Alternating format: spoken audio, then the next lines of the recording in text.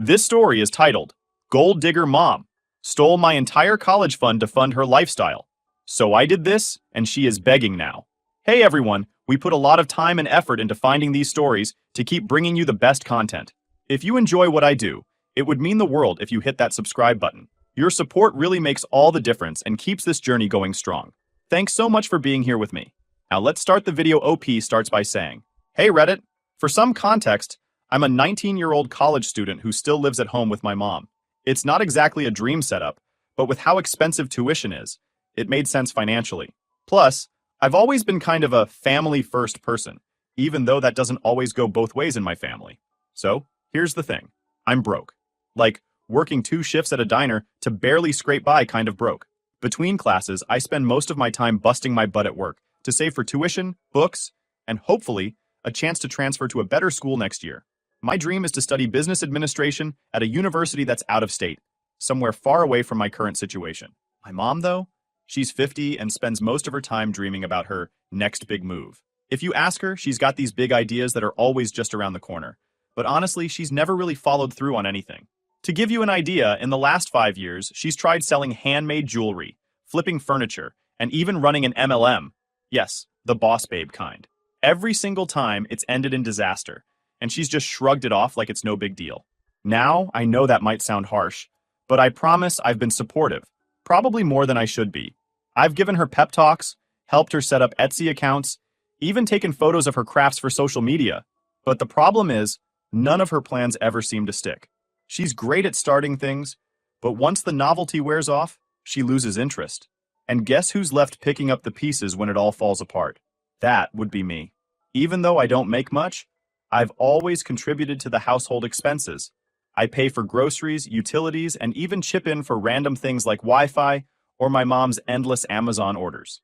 It's not ideal, but I figured it was only temporary until I could transfer and get out of here for good.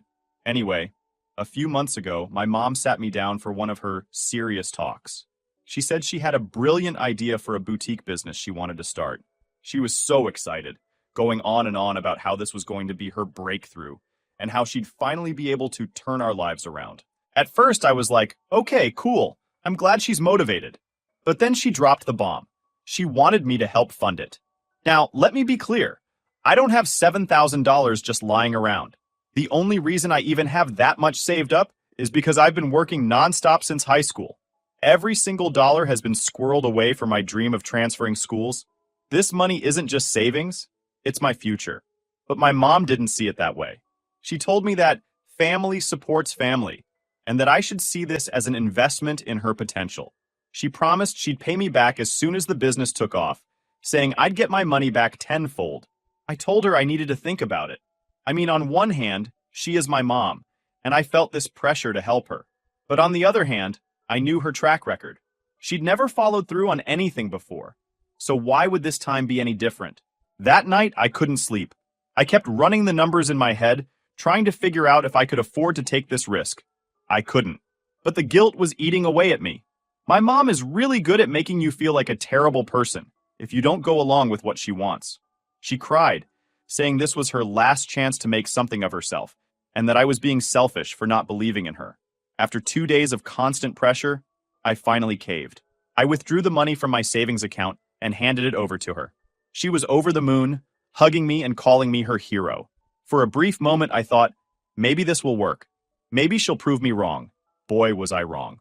All right, let me back up a bit and give you some background so you can really understand the dynamics here. My mom and I have always had this complicated relationship. Growing up, it was just the two of us. My dad left when I was a baby, so she's been both parent and provider my whole life. To her credit, she worked hard when I was a kid. We never had a lot, but she kept a roof over our heads and food on the table, even if it meant juggling 2 or 3 jobs at a time. Over the years, my mom chased one dream after another. A YouTube channel, a candle-making business, even a stint in an MLM.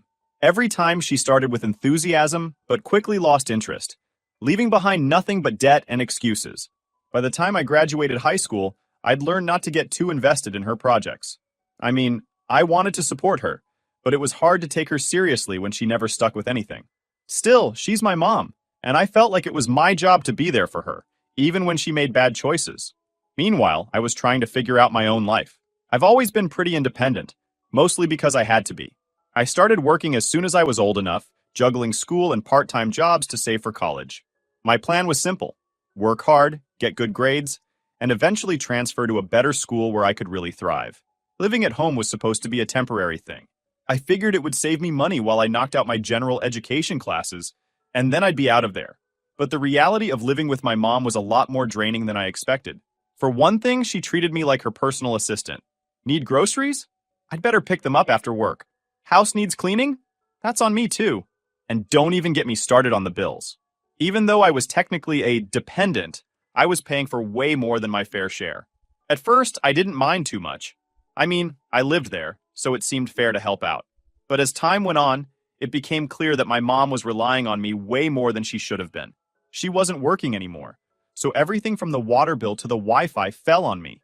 And it wasn't just about money. Emotionally, I felt like I was carrying the weight of her dreams too. Every time one of her projects failed, she'd come to me, crying about how life wasn't fair and how she just needed one lucky break. I'd always try to cheer her up, even when I was exhausted from work or stressed about school. But despite all of that, I still believed in my mom. I wanted to believe that she could make something of herself if she just found the right opportunity. So when she came to me with her boutique idea, I thought, maybe this is it. Maybe this time will be different. But it wasn't. So a few weeks after I handed over the $7,000, my mom went into full entrepreneur mode. Or at least, that's what she wanted me to believe. She was constantly talking about her boutique, how it was going to be this chic, one-of-a-kind online store that catered to busy moms who want to look fabulous without breaking the bank. She had a Pinterest board filled with outfit ideas, color palettes, and inspirational quotes like, "Dream big or go home." At first, I'll admit, I was cautiously optimistic. She seemed more focused than she had with her other projects. She talked about finding suppliers, building a website, and even renting a storage unit to keep inventory. It sounded promising. But then the cracks started to show. The first red flag was when she decided to buy a business laptop. Now, don't get me wrong, I understand the need for tools to run a business. But instead of getting something practical, she dropped $2,000 on a top-of-the-line MacBook with all the bells and whistles. When I questioned if that was necessary, she waved me off, saying, "You've got to spend money to make money." The next thing I noticed was the constant flow of Amazon packages. Every day, there was something new. Clothing samples, fancy hangers, packaging materials with her logo on them, even a $300 label maker.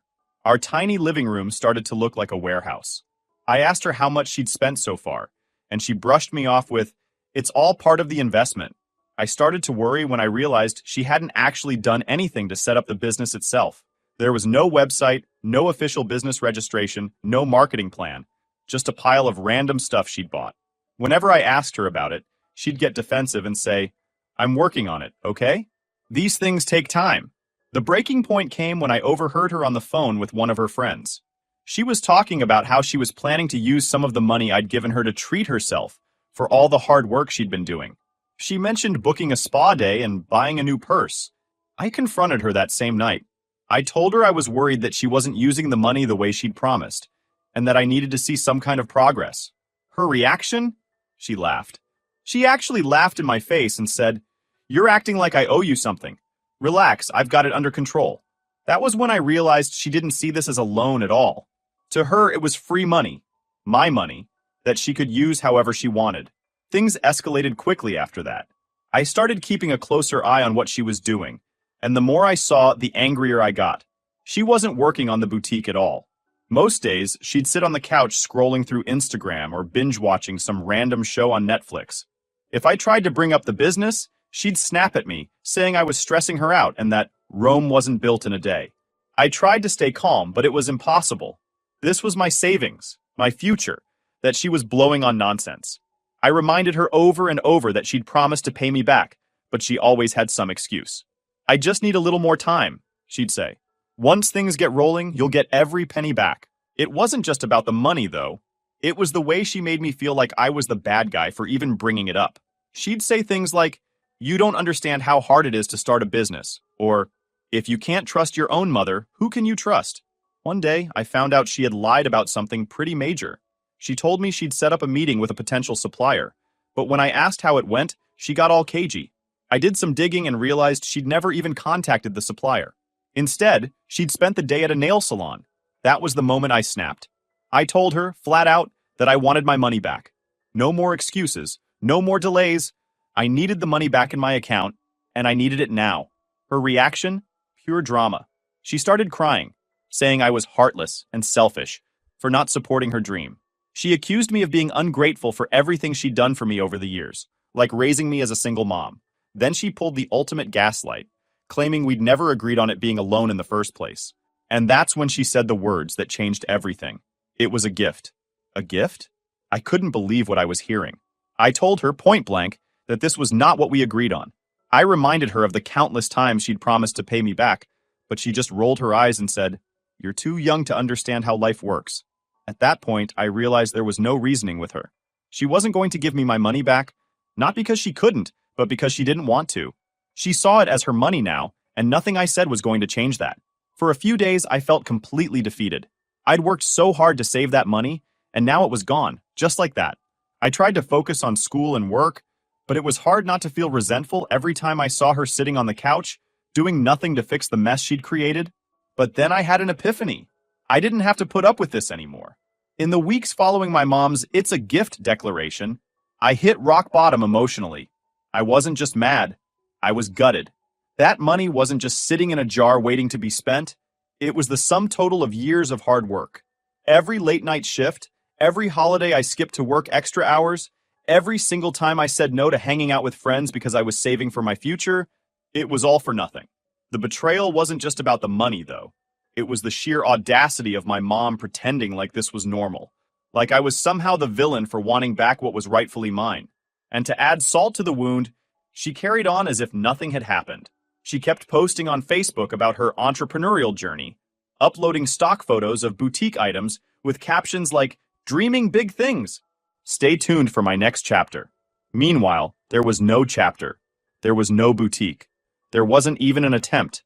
It was all smoke and mirrors, a facade she put up to make herself look good while she drained me dry.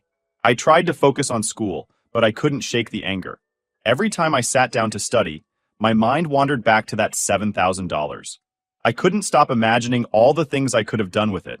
Moving out, finally transferring to my dream school, or even just giving myself a tiny break from working 50 hours a week.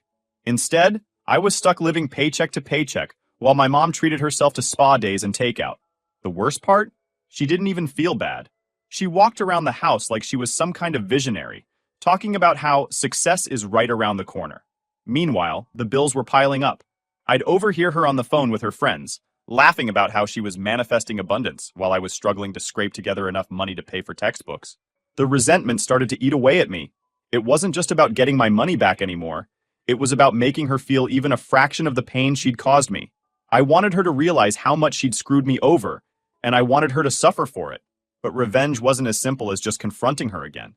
She'd already shown me that she didn't take me seriously. Every time I brought up the money, she'd dismiss me or twist the narrative to make herself the victim. If I wanted to get even, I needed to be smarter. The first thing I did was take a hard look at my finances. I realized that as long as I was living under her roof, I was trapped. She'd keep taking advantage of me, and I'd keep letting her because I felt obligated to help. I needed to get out, but moving out wasn't cheap, and I didn't have much left in savings after she took the $7,000. So I started working even harder. I picked up extra shifts at my part-time job, staying late every night and working doubles on weekends. It was exhausting, but I didn't have a choice. Every dollar I earned went straight into a secret account that I opened without telling her. At home, I played along like nothing had changed. I didn't want her to suspect that I was planning my escape. Whenever she brought up her boutique, I'd nod and smile, pretending to be supportive even though it made me sick to my stomach. It took me a couple of months, but eventually I saved up enough to cover a security deposit and the first 2 months of rent for a tiny apartment near campus. It wasn't much, but it was mine, and that was all that mattered. The night I moved out was one of the most surreal experiences of my life. My mom had gone out to dinner with friends, so I took the opportunity to pack up all my stuff. It didn't take long. I didn't own much beyond some clothes, a laptop, and a few personal items. Before I left, I wrote her a note. I kept it short and to the point. Period. Mom, since you believe that family doesn't owe each other anything, I'm taking that to heart. I'm moving out, and I won't be helping with the bills anymore. Don't contact me unless you're ready to pay me back the $7,000 you owe me. Until then, I wish you the best of luck with your business. Your selfish daughter. I taped the note to the fridge and walked out the door without looking back. At first, it felt amazing. I was finally free. Free from her guilt trips, free from her excuses, and free from the crushing weight of living with someone who clearly didn't value me. My new apartment was small and a little run down, but it felt like a palace compared to the emotional prison I'd just escaped. But the reality of living on my own hit me hard. Rent, utilities, groceries, it all added up fast. My full-time job barely covered the basics, and I had to take out a student loan to pay for my classes. There were nights when I'd sit in my tiny apartment, eating instant noodles and wondering if I'd made a mistake. Meanwhile, my mom was blowing up my phone. At first, she acted like nothing had happened, sending me texts about random stuff like, "What do you want for dinner?" Or "Can you pick up milk on your way home?" When I didn't respond, the messages turned passive-aggressive. "I see you're too busy to talk to your mother." Then, finally, the guilt tripping started. "I sacrificed so much for you, and this is how you repay me?" I ignored every message. If she wasn't willing to pay me back, then she wasn't worth my time. But ignoring her didn't make the pain go away. I still felt like I'd lost a part of myself, like she'd taken more than just my money. She'd taken my trust, my faith in family, and my belief that she'd ever truly care about me as much as I cared about her. And that's when I decided that getting even wasn't enough. I didn't just want her to feel bad. I wanted her to hurt. The idea for my revenge came to me in the quiet of my apartment one night, as I stared at the stack of overdue bills on my table. My mom had always operated on the assumption that I'd be there to bail her out, whether it was financially, emotionally, or otherwise.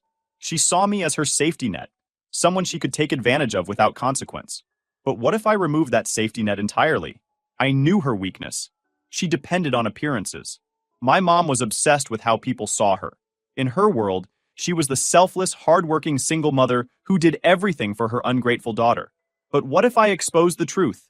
What if I let everyone in her life see the real her? The manipulator, the liar, the person who stole $7,000 from her own child. I started small. First, I contacted the few friends she still had, the ones she constantly bragged to about her boutique. I casually mentioned that I had moved out because my mom had taken my college savings under the guise of starting a business and then refused to pay me back. I didn't embellish or exaggerate, I just told the truth. The reactions were immediate. One of her friends, who I'd known since I was a kid, actually apologized to me. She said she had no idea my mom had done that and promised to confront her about it. Another friend stopped returning her calls altogether. It was petty, sure, but it felt good to poke holes in the perfect image my mom tried so hard to maintain. Next, I took things online. My mom was big on Facebook, posting motivational quotes, pictures of her work-in-progress boutique, read piles of junk she'd bought, and updates about her journey. So I wrote a post of my own. I didn't name her directly, but it wasn't hard to figure out who I was talking about. I laid out the facts. Period. My mom had taken $7,000 of my hard-earned savings, money I'd been saving for years to transfer schools.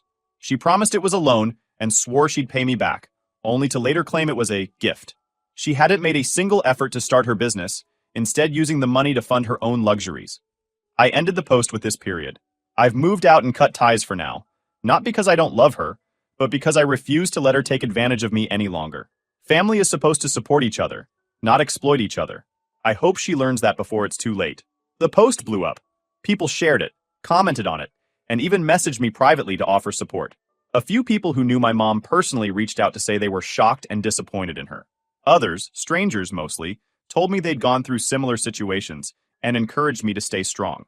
My mom saw the post within hours. She called me, screaming about how I'd humiliated her and ruined her reputation. She said I was destroying the family and that I'd regret it. But for the first time, her words didn't affect me. I wasn't scared of her anymore, and that was just the beginning. I knew my mom was financially struggling without me helping with the bills, so I decided to hit her where it hurt. Remember all those Amazon packages she'd been ordering? The ones she'd put on a credit card in my name without telling me? Yeah, I found out about those when I checked my credit report. At first, I was furious, but then I realized I could use it to my advantage. I reported the charges as fraudulent and filed a police report. I also froze my credit and notified the card company that my mother had been using it without my permission. The fallout was brutal. The card company canceled her account and sent her a notice demanding immediate payment of the balance, over $4,000. She tried to play it off, claiming it was a misunderstanding, but there was no getting around it. Her credit score tanked, and she was forced to pay back every penny. By this point, my mom was desperate. Her boutique dream was dead in the water, her friends were ghosting her, and her finances were in shambles. She started calling me daily, leaving voicemails that ranged from tearful apologies to angry rants about how I'd ruined her life. I ignored every call. One day, though, she showed up at my apartment unannounced. She looked rough, like she hadn't slept in days. She begged me to let her in, saying she just wanted to talk. Against my better judgment, I opened the door to her tearful face. But this time, I wasn't sure if I could forgive her. What followed was a 2-hour conversation that was equal parts apology and excuse-making. She admitted that she'd messed up, but insisted that she'd only taken the money because she thought it would make our lives better. She cried, saying she missed me and didn't know how to fix things. For a moment, I almost felt bad for her. Almost. But then I remembered all the sleepless nights, the stress, and the sheer betrayal I'd felt because of her actions. I told her the truth, that I didn't trust her anymore, and that if she really wanted to fix things, she needed to start by paying me back. All of it. No excuses, no delays. Until then, I couldn't have her in my life. She promised she would, but I wasn't holding my breath. Revenge might not fix everything, but it sure as hell felt good. Thanks for sticking with me through this, Reddit. I'll keep you updated if anything changes, but for now, I'm just trying to move forward. Update. Hey Reddit, I wanted to give you all an update since so many of you commented and messaged me after my original post. First off, thank you for all the support, advice, and even the tough love. It really helped me see things clearly during a pretty dark time. So here's where things stand now. Period. About a week ago, I got a call from an unknown number. I don't usually answer those, but something told me to pick up. Turns out it was my mom. Calling. From jail. Apparently, after I moved out, her financial situation went from bad to worse. Without my help covering the bills, she fell behind on rent, utilities, and pretty much everything else. To make matters worse, she maxed out multiple credit cards, trying to manifest abundance. Read, buy random crap off Amazon, and couldn't keep up with the payments. When the debt collectors came knocking, she tried to ignore them. But here's where things get wild. In a last-ditch effort to fix her situation, my mom got involved in some shady get-rich-quick scheme. I don't have all the details, but from what I've gathered, it involved fraudulent checks and some kind of identity theft. Long story short, she got caught, and now she's facing some serious charges.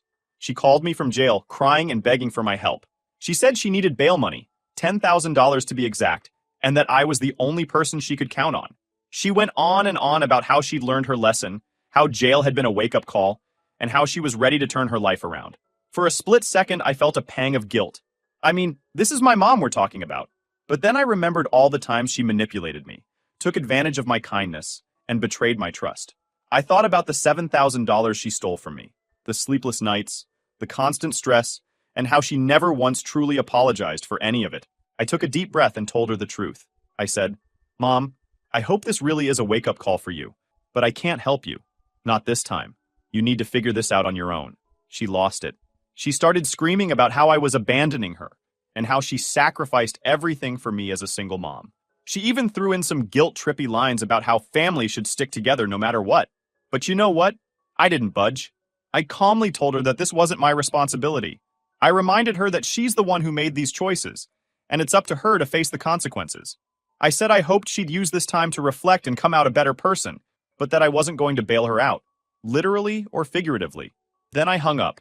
Since that call, I've been dealing with a mix of emotions. Part of me feels guilty. I mean, she's still my mom, and I don't want her to suffer. But another part of me knows this is exactly what she needs. She's spent her whole life avoiding accountability, and maybe this is the only way she'll finally take responsibility for her actions. I don't know what's going to happen with my mom. Maybe she'll finally hit rock bottom and make a real change. Or maybe she'll keep blaming everyone else for her problems. Either way, I've made peace with the fact that I can't save her. She has to want to save herself.